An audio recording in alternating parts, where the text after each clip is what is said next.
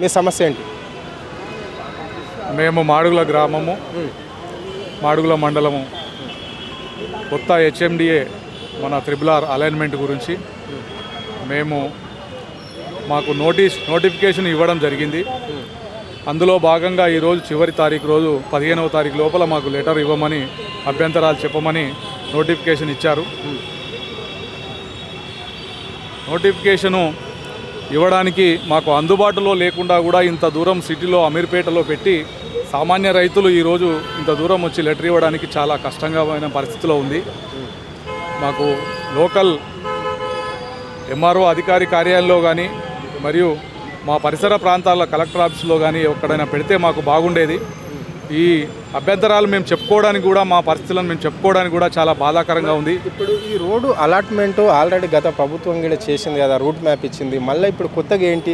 ఈ కొత్తగా ఎవరెవరు గురి అయిపోతున్నారు? ఈ భూముల వల్ల ఎవరు నాశనం అయిపోతున్నారు? ఎక్కువగా ఎస్సీ ఎస్టీలు ఉన్నారు అని అంటున్నారు. ఇది వాస్తవమేనా?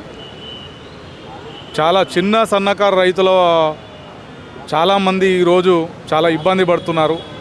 ఇంతకు ముందున్న అలైన్మెంట్ను మార్చి మళ్ళీ కొత్త అలైన్మెంట్ను తీసుకొచ్చారు. మేము ఇంతకుముందుకు మా ఊరు పెద్దమాడుగుల గ్రామ పరిధిలో నుంచి అలైన్మెంట్ వెళ్తుందనుకొని మేము ఉన్నాము. ఇప్పుడు అలైన్మెంట్ వచ్చేసి మా ఊరు బ్యాక్ సైడ్ వేయడం వల్ల మా భూములు చిన్న రైతులై, చిన్న రైతులు 2 ఎకరాలు 3 ఎకరాలు ఉన్న రైతులను ఇలా చాలా క్షోభకు గురి అవుతున్నాము. మేము ఎన్నో తరతరాల నుంచి మా తాతలు తండ్రులు సంపాదించుకొని వాళ్ళు కష్టపడి 2 ఎకరాలు 3 ఎకరాలు సాగు చేసుకొని బతుకుతూ జీవనం గడుపుతున్నటువంటి చిన్న రైతులను ఈరోజు చాలా మానసిక క్షోభకు గురి చేస్తూ ఉన్నారు. అది ప్రభుత్వాలు, కేంద్ర రాష్ట్ర ప్రభుత్వాలు ఒకసారి ఆలోచన చేయాల్సిన అవసరం ఉన్నది. చిన్న రైతులు ఇలా 100 మంది పెద్ద రైతుకు నష్టం జరిగినా దాంట్లో ఏమి ఇబ్బంది లేదు. కానీ ఒక 2 ఎకరాలు 3 ఎకరాలు ఉండి ఆ మొత్తం భూమి పోయినట్టయితే అతడు, ఆ రైతు ఎంత ఆవేదన చెందుతాడు, ఎంత బాధపడతాడు, అతను మానసిక క్షోభ ఎవరికి చెప్పుకుంటాడు, అతడు ఏం చేసుకుంటాడు, ఏమవుతుంది పరిస్థితి, అతని ఆలోచన కూడా ప్రభుత్వం పరిగణలోకి తీసుకోవాలి. మళ్ళీ అలైన్మెంట్ గురించి ప్రభుత్వం ఒకసారి పునరాలోచన చేయాలి.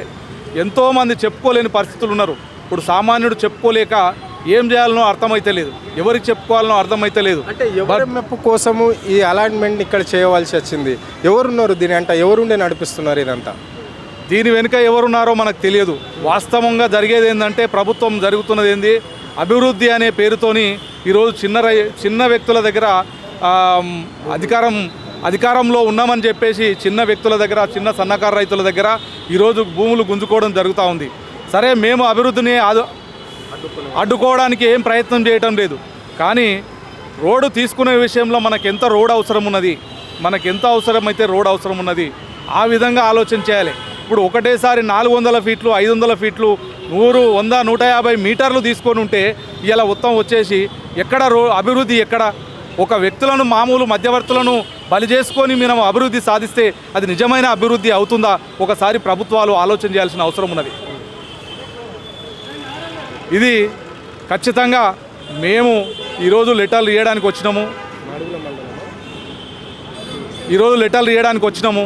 ఈ లెటరు మన గౌరవ హెచ్ఎండిఏ కమిషనర్ గారికి లెటర్ ఇస్తున్నాము. దీనికి ఒకసారి మా వినతిని ఆలోచన చేయాలి.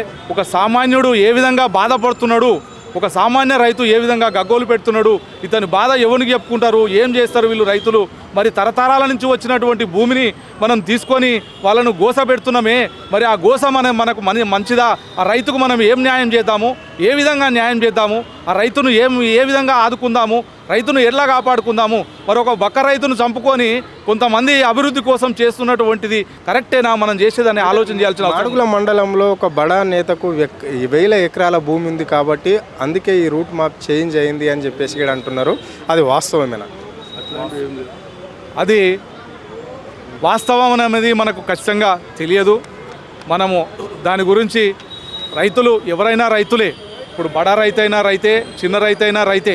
సరే, నువ్వు బడా రైతు దగ్గర 10 ఎకరాలు పోయి, ఒక 10 ఎకరాలు 20 ఎకరాలు ఉన్న దగ్గర 2 ఎకరాలు పోయి 3 ఎకరాలు పోయి 5 ఎకరాలు 6 ఎకరాలు మిగిలితే అతనికి ఆ నష్టపరిహారం రేటు పెరిగో ఏ విధంగానో అతనికి కవర్ అవుతుంది. కానీ 2-3 ఎకరాలు ఉన్నవానికి మొత్తం రైతును మనము సహా చేసుకొని మొత్తం పోతే అతన్ని బలి చేస్తే అతని యొక్క ఆ గోస అనేది ఆ బాధన అనేది ఏ విధంగా మనం రైతును కాపాడుకుంటామో, ఏ విధంగా రైతును ఉంటుందని ప్రభుత్వం కొద్దిగా ఆలోచన చేయాల్సిన అవసరం ఉన్నది. దాని దిశగా మనం మా రైతులతోని ఒకసారి మాట్లాడాలి. ఈ రైతులతో మాట్లాడి ఏం చేయాలని ఆలోచన చేయాలని నేను ప్రభుత్వానికి కోరుకుంటున్నాను. Thank you.